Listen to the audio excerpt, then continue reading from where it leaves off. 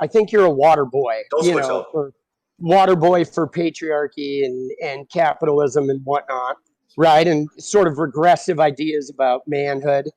And which is why the teenage audience like consumes it so much. You got these young boys that are like grappling with feelings of powerlessness, and you come in and offer them like the ultimate machismo ideas of like how to be a man, but you're so off base, bro. It's like it's tragic, really. So you think that I am inspiring the youth of today, the masculine youth of today, to become men, and you think that's a negative thing? Why? No, I don't. I don't think you're inspiring them to become men, because like real men are in touch with their emotions and their vulnerability and don't need to be like wielding and taking power. Real men are self-aware, and you come in offering them like somebody that they can follow, where you want to be like the savior, the guy, the badass. If you're a man who's in touch with his strength and his masculine power, why does that mean you're not capable of reflecting inwards and being self-aware? They're not mutually exclusive. Well, apparently for you they are, though, because on the one hand you talk about how you made your first million while exploiting women on webcams. Incorrect. And then you post on the Instagram post about how you and your brother are going to bring purity back to women. So yeah, you absolutely lack self-awareness, because you yourself admit you made your initial money on sort of like you profited off the supposed impurity of women around sex. All right. So first thing, the word exploiting is an incorrect use of language, because I've never exploited anyone in my life. Well, let me ask you this. When you made your first million with the women in the webcams, how many of the women who were on those webcams earning for you, how many of them are millionaires now? The ones who made millions are also millionaires. It was 50%. It was 50-50. You know what I'm saying?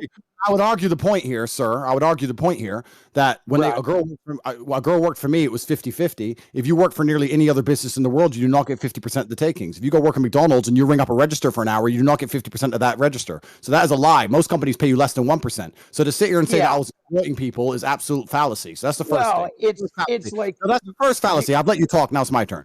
That's the first fallacy. The second fallacy is this whole patriarchy bullshit you're saying that are outdated ideas of masculinity. Yeah. The idea of patriarchy is not an outdated idea of masculinity. Perhaps in the West, in a declining empire, as we've already discussed on this stream, in an empire which is in absolute decline, you can have men who sit here and think there's absolutely nothing necessary about masculinity in the modern world, and that you don't need to be strong or brave or any of these things. You can sit around and cry and you're still a man. That is not true in most places on the planet. In most places on the planet, men need to be capable and competent, because if they don't, they do not survive. And I'll tell you something now, sir. I'll tell you something else now. You will sit here and talk right now about the patriarchy and how you can be in touch with your feelings and all this bullshit. The second you're physically assaulted or physically threatened, the first thing you do is you call a toxically masculine police officer to turn up with a weapon to protect you, because you cannot protect yourself. You are not against the idea of masculine power. You're not against the idea of men who have masculine imperatives to defense. All you've done is outsource it to someone else to do at the end of a phone call because you're too scared to do it yourself. So you're fucking lying. You're lying. No, that's absolutely incorrect. You don't want to do them yourself, and you hope everyone else does them for you, so you can sit around and play fucking video games. See, the point I posit is there's more than just physicality with men. And you talk about exploitation. You absolutely exploit people with your affiliate links. That is exploitation. Like I, as well as Bucky and Clicks, know, anybody who's an influencer knows that affiliate links are total bullshit, because basically you give an affiliate link to somebody who promotes you and he makes a little money off of it, but you're getting free advertising. That's exploitation. No influencer is going to take an affiliate link position, because it's absolute exploitation. Like you practically exist on it. Now, cool. the idea of manhood is you can talk about like purely physical strength. Like, first off, if I get assaulted, I'm probably not going to call the police, okay? Because the police aren't actually very adept at actually solving crimes, right? They don't function very well in the actual solution of crimes. They show up later and just sort of muck up the business. Correct. Right? So I agree with that. So how would you defend yourself in the effect of an assault? You just lay there and take it? Well, so it would depend on the assault. I would probably remove myself from the situation, right? Obviously, that's not something that's going to be applicable to the scenario we're doing here on the stream. We're not going to pretend you can run away, because that just defeats the point of the question. Well, what are we here to talk about some hypothetical assault? We're not here to talk about. 99% of Americans never even encounter a violent crime. We're not here to So talk this about whole hypothetical machismo assault. thing is like No, nonsense. we're not here to talk about hypothetical assaults. We're here to talk about the hypothetical paradigms and ideas around masculinity, because you started this conversation saying that patriarchy and capitalism and all this bullshit. And I'm sitting here saying to you, you live in a very soft society. You're completely correct. 99% incorrect. You live in a soft society. If you were the same person in most places on the planet, you would have had your ass beat because you are a weakling. And weaklings are not respected. Let me tell you something, my friend, I'll let you talk afterwards. Never in human history, in any single civilization, in any single empire across the history of Earth, have men been celebrated for their weakness. Ever once. It doesn't matter if you were an Aztec or the Mao dynasty, from China all the way to South America. In every single history book you can read, men who were respected and men who had stories written about them were written about them because they were strong. Weak men have never been respected. Weak men have never mattered. For you to come along and say, I think it's okay to be weak, is fine. That is your initiative. That is your decision. But the reason you have done that is because you lack brave. You lack balls. No, you lack bravery. Lack balls. Dude, I have more balls than you'll ever have, boss. Because you're changing the goalpost here, because you're the one who's sitting here calling emotional strength and emotional vulnerability. You're defining it as weakness. But it's not. All forms of strength are important. You're saying it's not. Yes, it is. Physical strength is just as important as emotional strength. Emotional strength is actually more powerful than physical strength. Because the fact of the matter is, no matter how physically strong you are, somebody bigger could come along and beat your ass. But it's emotional strength that helps you survive the ass beating. You're not right. You're physical strength. I know what I'm right. You're right. That's a good point. You're saying, so when someone comes along to assault you, you won't call the police afterwards and you won't fight back. You'll lay in a ball, you get an ass kicking, but you're emotionally strong enough to just deal with the fact that you got an ass whooping in front of everyone. No, but and that's fine, and everyone should be like you. And that, you know what we call, I'm not saying people like you are called in most places in the world. People like you are called in most places in the world. They're called victims. We're called prey. Studs. You're a prey. We're called studs. And let me tell you something. When I inspire men to grow up and be their biggest, strongest version of themselves, emotionally, mentally, physically, in every single realm, that is not a negative thing. There's nothing wrong with a man being big and strong. And let me tell you one more thing. We're sitting here talking to professional video game players. You're a professional Fortnite player yourself. I am. I don't know how the game works. I've never played the game. And I was a professional musician and a director. I've done a great many things. Perfect. Good. And you're obviously a successful, smart individual. You're obviously mentally intelligent, right? I'm not talking about, I'm not saying that just because someone's strong that they don't have to be mentally adept. I'm not saying that somebody doesn't have to be emotionally adept just because they're strong. I'm not saying that. I'm saying that physical strength is also an important thing. But let's look at the video game Fortnite, which I've never played. It might be incorrect. But if you have stats on your character, you're going to try and max out your strength character. You're not going to have a character which is weak. Every single person, if they're given a video game character and said choose what statistics you want, is going to click max strength every single time, and then they're going to go back into the real world and pretend strength doesn't matter. Strength does matter. The difference is in the real world, it's hard to achieve, and because it's hard to obtain, it's the ostrich problem. You don't want to accept that it's hard to do. You don't want to go through the pain to get it, so you want to pretend it doesn't matter. Just because you don't want to go through the bullshit it requires to be a physically dangerous individual does not mean physical dangerous individuals are not respected by society. And I'll tell you one more thing, my friend. One more thing. Right. If me and you were to stand side by side in front of 100 women, in front of 100 fucking police officers, 100 fucking enemies who want to kill us, whatever it is, they would all choose to fuck with you before they choose to fuck with me, because they'd look at me and I have a certain status and a certain presence which comes from my physical stature, not just because of my capability, but because of the things I've gone through to become this physical specimen of man. They know I'm not the kind of guy who you really want to mess with. They look at you and go, he is a victim, because that's what you look like, my friend, and that is your own choice. See, that's just it, though. The only reason they would choose you in that element is because of the patriarchal fucking male-dominated society that we fucking go. Here we go. All right. Here's the deal, Andrew. This is fun. No. I'm not done. Name Andrew, listen to me. From history that wasn't patriarchal. Name a society from history that was not patriarchal. See, listen to me, though. That is why people like yourself are bugging and going into hyper mode right now, because society's changing. Society is changing. I'll tell you why, my friend. I'll tell you why we cannot name a single society in history across the entire planet that was not patriarchal. Because patriarchal societies are optimized to survive. When things get difficult, when people are put in survival situations, we naturally revert to our gender roles. I'll tell you something. If we were all on a ship and the ship got shipwrecked, the men would start building and digging and hunting, and the women would start gathering and doing what women are naturally adept at. Because when it comes down to survival, you have to do what you are most competent at. And men are more competent at certain things, and females are more competent at certain things. I'm not saying not all men. Not all men, and not all females. There are definitely patriarchal societies are more competitive than any other type of society because society functions better as a patriarchy. So the reason you cannot name a single society in history that was not a patriarchy is because all of the societies, and I'm sure there were some, which were not patriarchal, were destroyed by patriarchal societies. They were wiped off the face of the planet because they are not competitive.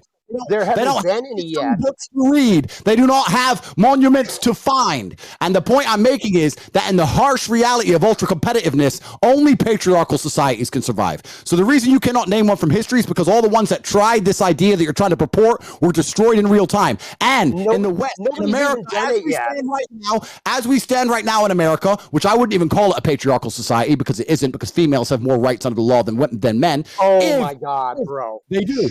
And I'm telling you now, so clueless. As America falls apart and the patriarchy is disintegrated, all that's going to happen is that other countries like Russia, like China, like countries which are still patriarchal will remain more competitive than the West, and you're not going to fix the world. America's just going to end up a third world shithole. So throwing the fucking patriarchy away is going to fix a fucking thing. You live in a clown world, my clown world. Yeah, no, I don't. I mean, I do live in a clown world because there are people like you that are sitting there like pushing this inane philosophy. So yeah, I get it. I accept that. But first off, we haven't seen a non-patriarchal society yet. We're definitely moving toward it. And if you want to look at America and look at some of the problems with America, like what problems do we have? Well, there's an enormous wealth gap. You mentioned the Roman Empire earlier. The Roman Empire didn't fall because of laziness. It fell because of overconfidence, because of an income gap between the richest and the poor, and because of political corruption. All three things that are sort of happening in America right now. So absolutely, America could fall, but it's not because men were turning soft, right? The idea of men being soft, the idea of men being soft, Andrew, is a battle cry of men who see that purely physical stature is no longer the only defining quality. Because like you said, they could line me and you up, and all those brutes like the cops or somebody looking for pure strength would choose you to defend them. But anybody who was from a marginalized group that was looking for an emotional defender, those people would pick me, right? And they wouldn't pick the muscular guy because they know that I have the inner strength to actually have an openness and a vulnerability that can relate to them and that can help them find that empowerment in themselves. I don't want to train people to be sheep. All you know what I mean? Like we go to your Instagram page and you talk about being the Messiah and all this other BS. You want people to follow you like you're some sort of like deity, boss. And that's actually a sign of your own weakness at work, right? That's coming from your own trauma, your own unhealed trauma. Firstly, the fact you think that you're talking to marginalized people more than me, it doesn't even make sense because I'm talking to groups of people, you're talking to groups of people, and both of them includes marginalized communities. Secondly, the fact that I am actually mixed race, that I grew up in the south side of Chicago with my father. Absolutely. So I know more about marginalized communities than you do because you are as white as they fucking come, and you're sitting there talking about marginalized communities to a marginalized person. Absolutely. Absolutely. But let me ask you, I never woke up and thought I'm brown, so I had to find this white guy with pink hair to fight for me. I woke up and fought for myself. And that is the point. You know when you fight for yourself when you're a man. That requires all forms of power, whether it be emotional, mental, and physical. You to sit here telling men they should be as weak as possible and sitting around doing fucking nothing is not good for society as a whole. And there's nothing wrong with patriarchal society. I'm not advocating for weakness, but like I'm advocating for people to heal and to heal their trauma. And not use their trauma like you do and then aim it at select groups of people in order to gain power and money, right, and status so you can walk around with the deity, right? I think that all men, if you're a good man, you're going to have a traumatic life. That's part of being a man. And I think it's not even a part of being a man. It's a part of being a human being on the planet. Okay. You're going to have a traumatic life. Sure, right? but But you got to heal the trauma. The trauma yes. doesn't make you unless you heal it. If you don't heal it, you go around, say, dumping it on women, right? By waltzing around talking about how you got to protect women, you got to get a cut of her OnlyFans and all this because you own her private parts. That's nonsense. That's nonsense. That's your trauma speaking. It depends how you heal the trauma, right? And when I said that being a trauma is part of being a good man, you said it's part of being a human. I agree, but I think you can be a very, very good woman with a good heart, and you can be a good person. You don't need a traumatic life to be a good woman. However, to be a good man, you need to have a traumatic life, because any man who's not had, I'll tell you why. Let me answer. Any man who's not had difficulty, any man who's not gone through something that's difficult is not very good at being a man, because when shit hits the fan, people turn to the nearest man in the room and say, what is the solution? Someone just broke in the house, you go to the man. Fucking there's a natural disaster, a hurricane, you go to the man. There's a war, you go to the men. So men who have not been through trauma are not very good at being men, because they're not capable of dealing with trauma. Wait, so pause right there though, Andrew, because you said when you go to war, you go to the men, but the only reason you have a war is because of men and their lack of awareness about their own feelings. That's why war exists in the first place. So you're saying if you had more women leaders, we wouldn't even have war. Okay, so if we had more women leaders, we wouldn't even have war. Men literally are responsible for war by a lack of emotional awareness. That's how it starts. Interesting. So let's make this the final point before we move on. You just said that if all the leaders were women, we wouldn't even have war. I said if we had more women leaders, yes, there would be less war. The fact that you hate your own gender so much is quite amazing to me. But actually, I don't hate my own gender. Another point. See, why do you? Let me tell you why you're wrong. No, you don't get to gaslight me and tell me I hate my own gender just because I'm displaying a version of manhood that you're uncomfortable looking at. You don't get to say I hate my gender. I don't give a fuck that I'm weak, because I present a version of manhood that has struggled just like you, that has conquered just like you, but lives outside the idealized patriarchy that was sold to me. You don't get to gaslight me because you're uncomfortable with the type of man that I am. You love men. You love men. Cool. The point I'm making is you're saying that the world wouldn't have a war. Dude, you are backed up against the wall. Wait. No, chill. Let Tate have his final statement, then we're going to wrap this up and get someone else. I'm in here right now. I just got to fix my camera. One second. Hassan, let's go, man. I appreciate you. I'm interested in seeing what the chat thinks. The reason you're totally wrong saying that the world would have less war if there was no female leaders is because if you actually ask anybody who's been in the corporate world for long enough, the companies that have the most arguments, the most difficult corporate structures to deal with, in fact, even if you ask most women, they say, I don't like having a woman boss. I'd rather work for a man. When you have a whole bunch of women in charge, it's nothing but a fucking bitch fest, and it's a shit show.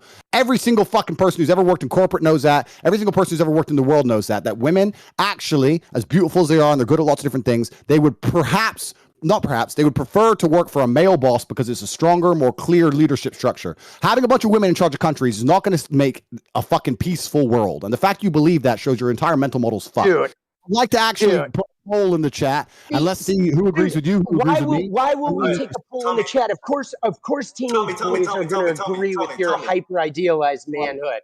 Like they need to cling to that. Okay, do you guys want me to step in on this conversation, or let's go? I'm just getting this all. We're not gonna do no